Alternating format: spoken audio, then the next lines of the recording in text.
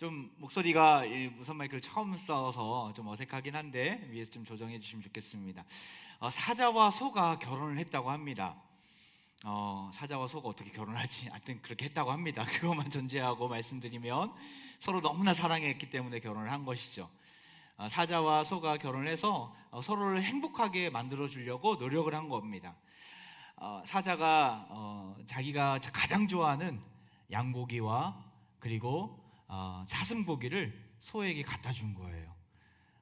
내가 너무나 좋아하고 내가 너무나 맛있게 먹었던 거라 소도 좋아하리라 생각하고 갖다 준 것이죠. 또한 소도 사자를 행복하게 해주고 싶어서 내가 가장 좋아하는 막 나온 잔디풀과 강아지풀과 토끼풀을 사자에게 갖다 준 거예요. 서로는 이거면은 상대방이 너무나 행복하겠다라고 생각을 했는데 어떻게 행복했을까요? 사자는 이게 뭐야? 소는 이게 뭐야? 나는 저거 도저히 먹지 못하는 것인데 왜 나에게 이걸 갖다 줘? 서로 티격태격 했다고 합니다. 결국에는 서로의 마음을 상처를 주고 헤어지게 되었습니다. 그리고 헤어지면서 이런 말을 하는 거예요. 나는 정말 사랑하는 것에 최선을 다했어. 근데 이들이 실패한 이유가 뭘까요? 서로에게 가장 좋아하는 것, 그리고 내가 가장 좋아하는 것을 주었지만 최선을 다해서 사랑하려고 노력을 했지만 실패한 이유가 뭘까요? 내 중심적으로 사랑했기 때문에, 또한 나와 다르다라는 것을 생각하지 않았기 때문에 그 사랑은 실패한 사랑이었던 것이죠. 우리 남자와 여자는 근본적으로 다릅니다. 태생부터가 달라요. 남자는 어디서부터 나왔어요? 하나님의 손에 의해서 흙으로부터 나왔잖아요. 그런데 여자는 어디서부터 나왔어요? 아담의 갈비뼈에서 하와를 하나님이 탄생시켜 주셨죠. 이렇게 남자와 여자는 태생부터 다릅니다. 시작부터가 다른, 그렇게 몸 내 구조도 다르고 서로 생김새도 다르고 성격도 다른 것입니다. 존 그레이가 쓴 화성에서 온 남자, 금성에서 온 여자, 아마도 이 자리에 한때 이 책이 참 선풍적인 인기가 있었기 때문에 많은 분들이 읽었을 것입니다. 아마 여기 우리 청소년 친구들도 한번 이 책 꼭 한번 읽어봤으면 좋겠어요. 남자에 대해서, 여자에 대해서 잘 설명하고 있는, 성경적으로 잘 풀이하고 있는 책인데요.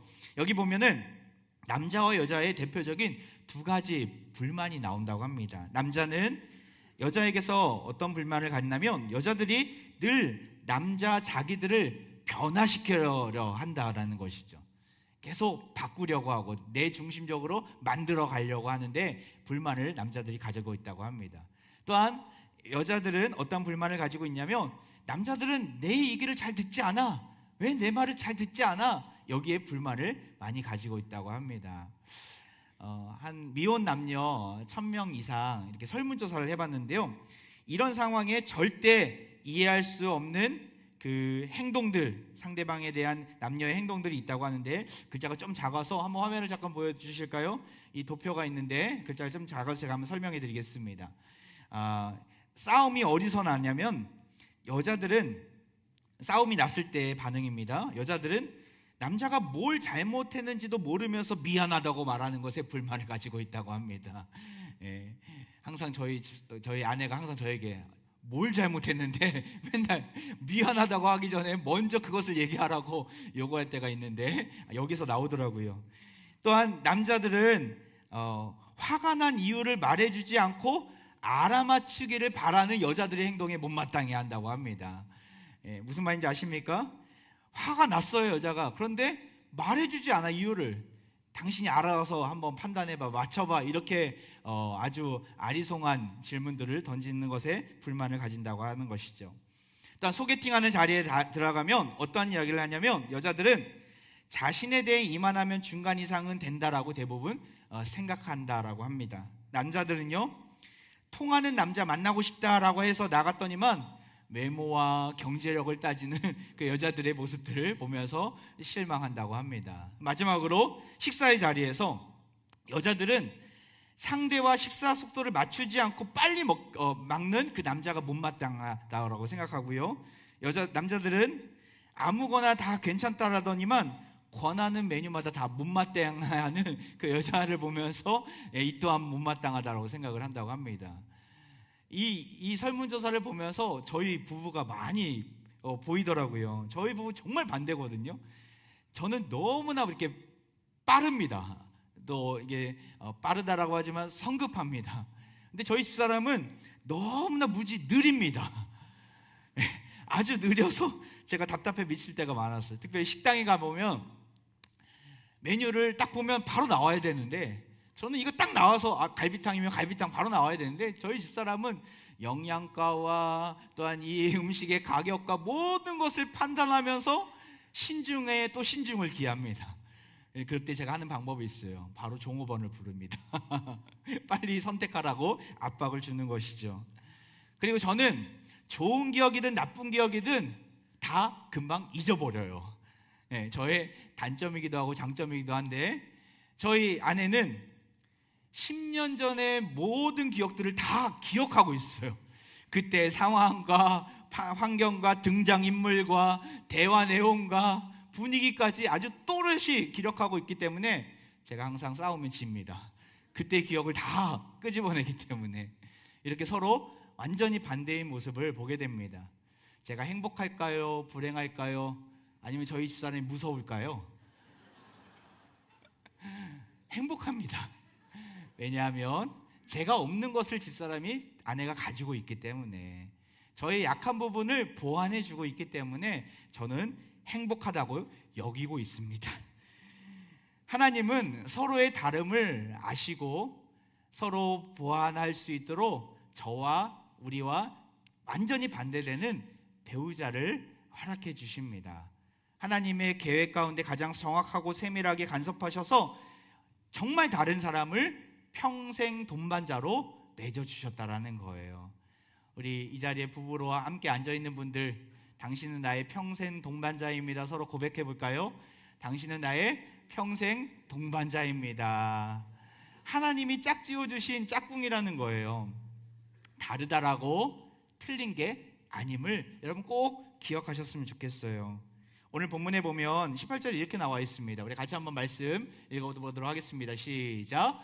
아내들아 남편에게 복종하라. 이는 주 안에서 마땅하니라. 아내들아 뭐 하라고요? 남편들에게 복종하라, 순종하라. 이것이 마땅하다라고 이야기하고 있습니다. 무슨 말입니까? 바로 사랑하면 복종하고 또한 사랑하면 받아들일 수 있어야 된다는 것이죠. 자, 19절 말씀도 같이 한번 읽어보겠습니다. 시작. 남편들아 아내를 사랑하며 괴롭게 하지 말라. 사랑하면 괴롭게 하지 않게 됩니다. 사실은 남편들아 아내들아 이게 구분짓는 내용 같지만 사실은 하나입니다. 부부는 한 몸이잖아요. 아내들아 할 때도 남편들아를 우리가 명심하면서 생각하면서 읽을 수 있어야 되고, 남편들아라고 이야기하지만 이거는 아내들에게도 주시는 말씀임을 우리는 알아들을 수 있어야 합니다. 사랑하며 복종하고 사랑하면 괴롭게 하지 않습니다. 제가 최근에 한 칼럼에서 읽은 내용인데 참 재미있는 내용에서 여러분에게 소개시켜드리고 싶은데, 날마다 부부싸움을 열심히 하는 할아버지 할머니가 있었습니다. 두 사람이 부부싸움을 할 때는 굉장했다고 합니다. 모든 것들이 다 날아가고 모든 것들이 파괴가 되고 없어져 버렸다고 하더라고요. 손에 잡혀있는 것이며 무엇이든지 날아갔습니다.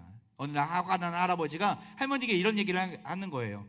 내가 죽으면 관뚜껑을 열고 흙을 파고 나와서 저 할망구를 엄청나게 괴롭힐 거야. 각오해. 할아버지가 이렇게 엄포를 놓습니다. 할머니는 아무 대꾸도 하지 않습니다. 그런데 어느 날 진짜 할아버지가 먼저 이 땅을 떠나신 거예요. 할머니가 장사를 잘 지내고 모든 동네 사람들을 불러서 신나게 잔치를 베풀었어요. 옆에서 보고 있다가 어떤 아주머니가, 옆집 아주머니가, 할머니 걱정이 됩니다. 걱정 안 되세요? 할머니는 할아버지가 관뚜껑을 열고 흙을 파고 나와서 밤마다 할머니를 괴롭히며 어떡해요? 정말 그렇게 한다고 하셨잖아요. 그 말을 들은 할머니가 웃으면서 이런 말을 던졌습니다. 걱정 마. 내가 그럴 줄 알고 관을 뒤집어서 묻었어.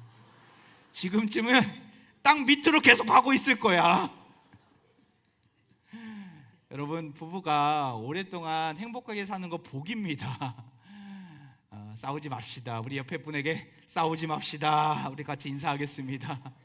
싸우지 마시길 바랍니다. 관을 뒤집어서 묻는 일이 없도록 서로 싸우지 말고 행복하게 지내셨으면 좋겠어요. 우리 남자가 사랑하는 여인에게 프로포즈할 때 어떤 마음으로 합니까? 내가 옆구리가 시려서 외로워서 같이 살자라는 것이 아니죠. 당신의 모든 허물과 아픔 내가 다 책임져 주겠다라는 약속 가운데 프로포즈하는 것이죠. 여자들도 마찬가지입니다. 남자의 사랑을 받아들이는 거, 내가 힘이 좀 약하니까 힘센 남자 옆에 끼고 있으면 행복할 거야 라고 생각해서 받아들이는 겁니까? 아닙니다. 이제부터 당신의 말에 순종하고 또한 존중하면서 살겠다라는 약속이죠. 아내가 죽게 하듯 남편에게 순종하고 남편도 주님처럼 목숨을 다해 희생의 자리로 아내를 위해 나아가야 한다라는 것입니다. 우리 예수님이 그러했어요. 오늘 본문 잠깐만 보면 18절에 이런 말씀 있지 않습니까? 바로 주 안에서 라는 말이 있어요. 주 안에서 마땅하니라. 18절에 보면 아내들아 남편에게 복종하라. 이는 주 안에서 마땅하니라. 복종하는, 순종하는 근거가 뭐예요? 주님이 하셨기 때문에. 여러분, 주님이 아까 우리 전도사님 통해서 말씀을 들었지만 부모에게 순종하셨고, 나아가서 주님이 무슨 일을 하셨습니까? 그의 사랑하는 백성들에게 십자가의 사랑을 보여주셨잖아요. 가장 중요한 자기 목숨을 십자가에 내던지면서까지 우리를 살리시려고 그 십자가의 사랑을 보여주셨잖아요. 우리는 그 사랑을 다 누린 자들이고 누리고 있는 자들입니다.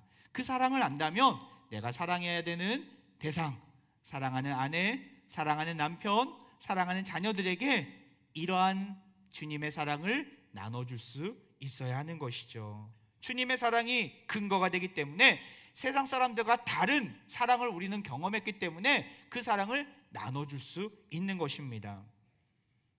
부부는 주님 안에서 한 몸입니다. 창세기 2장에 보면은 한 몸으로 살아갈 것을 하나님이 명령하셨어요. 운동 경기를 보면은, 잠깐 운동 경기 사진을 한번 보면 탁구 선수들, 멋진 탁구 선수들이 복식에서 우승해서 금메달을 따는 장면인데, 금메달을 딸 때에 이들은 어떤 노력을 했습니까? 정말 다리는 열심히 움직이고 팔은 정말 날쌘 모습으로 움직이면서 바로 탁구에서 우승을 따는 것이죠. 그런데 금메달은 어디에 걸어요? 다리에 겁니까? 손에 겁니까? 어디에 걸어요? 목에 걸잖아요. 다리가 막 얘기하는 거야. 아니, 내가 열심히 다니고 열심히 뛰어다니면서 좀 걸어다니면서 뛰면서, 또한 손은 내가 열심히 팔을 휘둘면서 탁구에서 열심히 우승을 했는데 왜 나에게 금메달을 안 걸고 목에게 금메달을 거냐? 따질 수 있습니까? 따질 수 없어요. 왜요? 한 몸이기 때문에. 여러분, 부부는 한 몸입니다. 여러분, 믿으십니까? 한 몸이라는 것은 뭐예요? 서로 연약한 부분들이 있다면 보듬어 안아주고, 서로 부족한 부분이 있다면 채워주고, 나아가 칭찬받을 부분이 있다면 함께 기뻐할 수 있는 그 모습이 부부 안에서, 가정 안에서 이루어져야 한다는 것이죠. 이것을 한마디로 표현하는 문장이 있습니다. 바로 너는 나다예요. 우리 옆에 분에게 다시 한번 고백하겠습니다. 너는 나다. 너는 나다. 너는 너이고 나는 나야. 이게 아니에요. 세상 사람들은 너는 너고 나는 나야 라고 얘기하지만 성경은 그렇게 말하지 않습니다. 여기 보면 아담과 하와가 같다, 그 자녀들도 다 같다잖아요. 제가 이거에 대해서 한번 고민해 보니까 적절한 비유가 떠오르더라고요. 물방울이 한 방울 떨어졌어요. 그리고 또 물방울이 한 방울 떨어졌어요. 아래에 있는 물방울은 몇 방울이 됐습니까? 2방울이에요? 한 방울이에요? 한 방울이잖아요. 성경의 원리는 1 플러스 1은 1이라는 거예요. 그것이 너는 나다로 표현되는 것입니다. 예수님이 이 땅 가운데 오셔서 내 이웃을 너의 몸과 같이 사랑하라 라고 하셨잖아요. 너의 몸은 나의 몸이다, 이런 말씀을 하신 겁니다. 이 너는 나다의 마음이 교회 안에서, 부부 안에서, 또한 가정 안에서 자녀와의 관계 속에서, 성도와의 관계 속에서 이루어질 때 그곳이 천국인 줄 믿습니다. 천국의 모델하우스는 가정, 교회입니다. 이 너는 나다가 회복되었을 때 천국을 경험할 수 있는 거예요. 아무리 돈을 많이 쏟고 아무리 내가 좋아하는 것을 상대방에 강요하면서 준다 하더라도 천국은 있을 수 없어요. 너는 나다의 마음이 없다면. 너는 나다의 마음이 있다면 저 사람이 생각하는 거, 내 아내야 내 남편이 생각하는 게 뭔지에 대해서 관심이 있고 그것에 대해서 노력하는 모습이 있겠죠. 앞서 말씀드렸던 소와 사자의 이야기는 너는 나다의 마음이 없었기 때문에 사랑은, 감정적인 사랑을 했을지 모르겠지만 상대방에 대한 배려와 생각이 없었기 때문에 행복하지 않았던 것입니다. 벤자민 프랭클린이 이런 얘기를 했습니다. 결혼 전에는 눈을 크게 뜨고 결혼 후에는 눈을 반쯤 감아라. 저는 이 말을 인용하면서 제가 주례할 때 신랑 신부에게 윙크를 하라고 이렇게 과제를 줄 때가 있는데, 무슨 말입니까? 결혼 전에는 눈을 크게 뜨고 결혼한 이후에는 눈을 반쯤 감아라, 혹은 한눈을 감아라. 무슨 말입니까? 결혼 전에는 눈을 크게 부릅뜨고 이 사람이 정말 나에게 짝지어 주신 평생 반려자인가 동반자인가, 그것을 잘 구분하고 분별하면서 신중하게 따져서 선택하라는 말입니다. 그런데 하나님의 은혜 가운데 결혼식을 성대하게 잘 올렸어요. 그리고 이제 부부가 되었어요, 공식적으로. 그렇다면 상대방의 단점은 눈을 감으라는 거예요. 상대방이 연약한 부분이 있으면 그것을 잘 이해하고 배려하고 또한 때로는 못 본 채 하면서 지나가라는 것이죠. 그리고 상대방의 장점에만 눈을 뜨라는 의미가 담겨져 있습니다. 근데 안타깝게도 세상 사람들은 이와 반대의 모습을 가져요. 결혼 전에는 눈을 다 감고 눈이 멀어서 사랑에 빠지고 감정적인 사랑에 빠져서 결혼을 성급하게 하게 됩니다. 그런데 결혼하고 나니까 이것도 못마땅하고 저것도 못마땅하고 아침에 코 고는, 밤에 코 고는 소리도 못마땅하고 다양한 못마땅한 일들이 많이 벌어지죠. 내가 결혼을 괜히 했나? 잘못했나? 별아가별 생각을 하면서 상대방에게 정말 날카로운 잣대를 들이대면서 판단하고 정죄하고 실망스러운 이야기를 가감없이 하면서 상처를 주는 모습들이 많다라는 것입니다. 우리 이 자리에 함께한 모든 화평가족들, 각 가정마다 이런 일이 없기를 원합니다. 결혼 전에는 눈을 크게 부릅뜨는 모습들, 우리 여기 중고등부 친구들, 청년들 많이 있는데 그런 모습을 가져야 돼요. 하지만 하나님께서 짝지어 주신 아름다운 가정을 이루었다면 어때요? 눈을 반쯤 감고 아니면 한눈을 감고 상대의 아름다운 장점만을 보면서 지켜 세우고 존중해주고 칭찬하는 모습 가운데 나아가야 한다라는 것이죠. 말씀을 마무리합니다.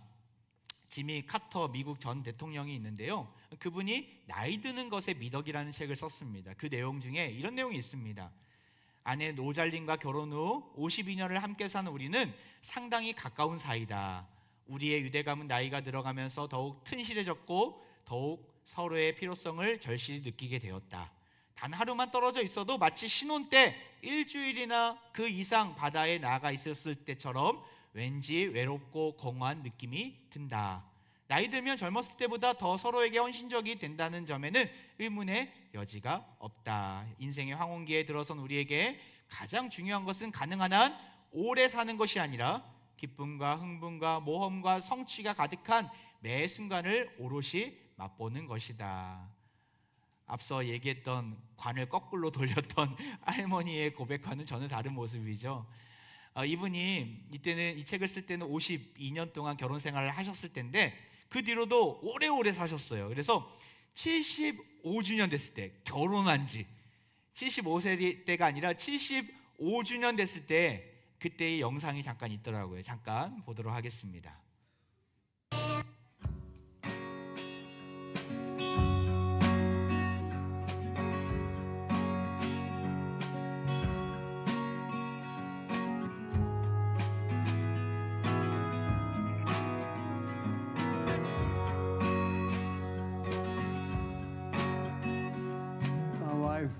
Rosen, I want to express a particular gratitude for being the right woman that I chose for my wife.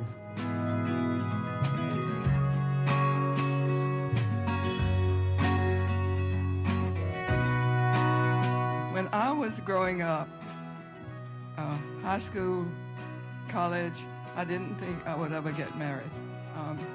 And then along came Jimmy Carter, and my life's been an adventure ever since. Thank you. I love you.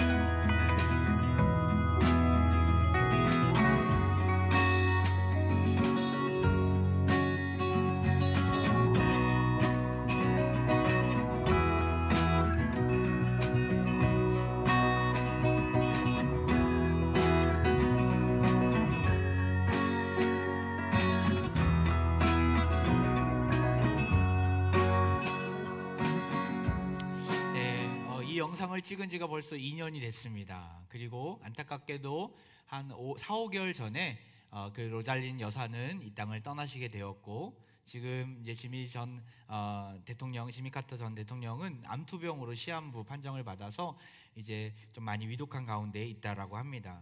그럼에도 참 두 분이 정말 아름답게 믿음 안에서 사시는 모습이 많은 분들에게 귀감이 되었던 모습을 좀 보게 되는데, 여기서 유명한 명언을 남긴 것 같아요. 꼭 맞는 사람과 결혼하는 게 오랫동안 아름다운 결혼 생활을 하는 비결이다. 또한 잠자리에 들기 전에 모든 그러한 갈등 관계를 다 해결하고 잠자리에 들었다. 이런 모습들이 정말 아름다운 믿음 안에서 그 결혼 생활을 하는 비결임을 말씀하고 있습니다.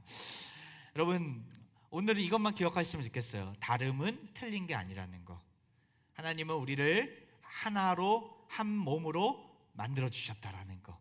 이것을 안다면 우리는 주님 안에서 예수님이 우리에게 보여주신 아름다운 십자가의 사랑을 우리가 간직하고, 부부 안에서, 가정 안에서 하나님께서 주시는 그 천국의 기쁨을 누리게 될 것입니다. 천국의 모델하우스 가정임을 믿으시고, 가정 안에서 아름다운 천국을 만들어가는 사랑하는 모든 화평가족들, 다음 세대들 되시기를 주의 이름으로 축원드립니다.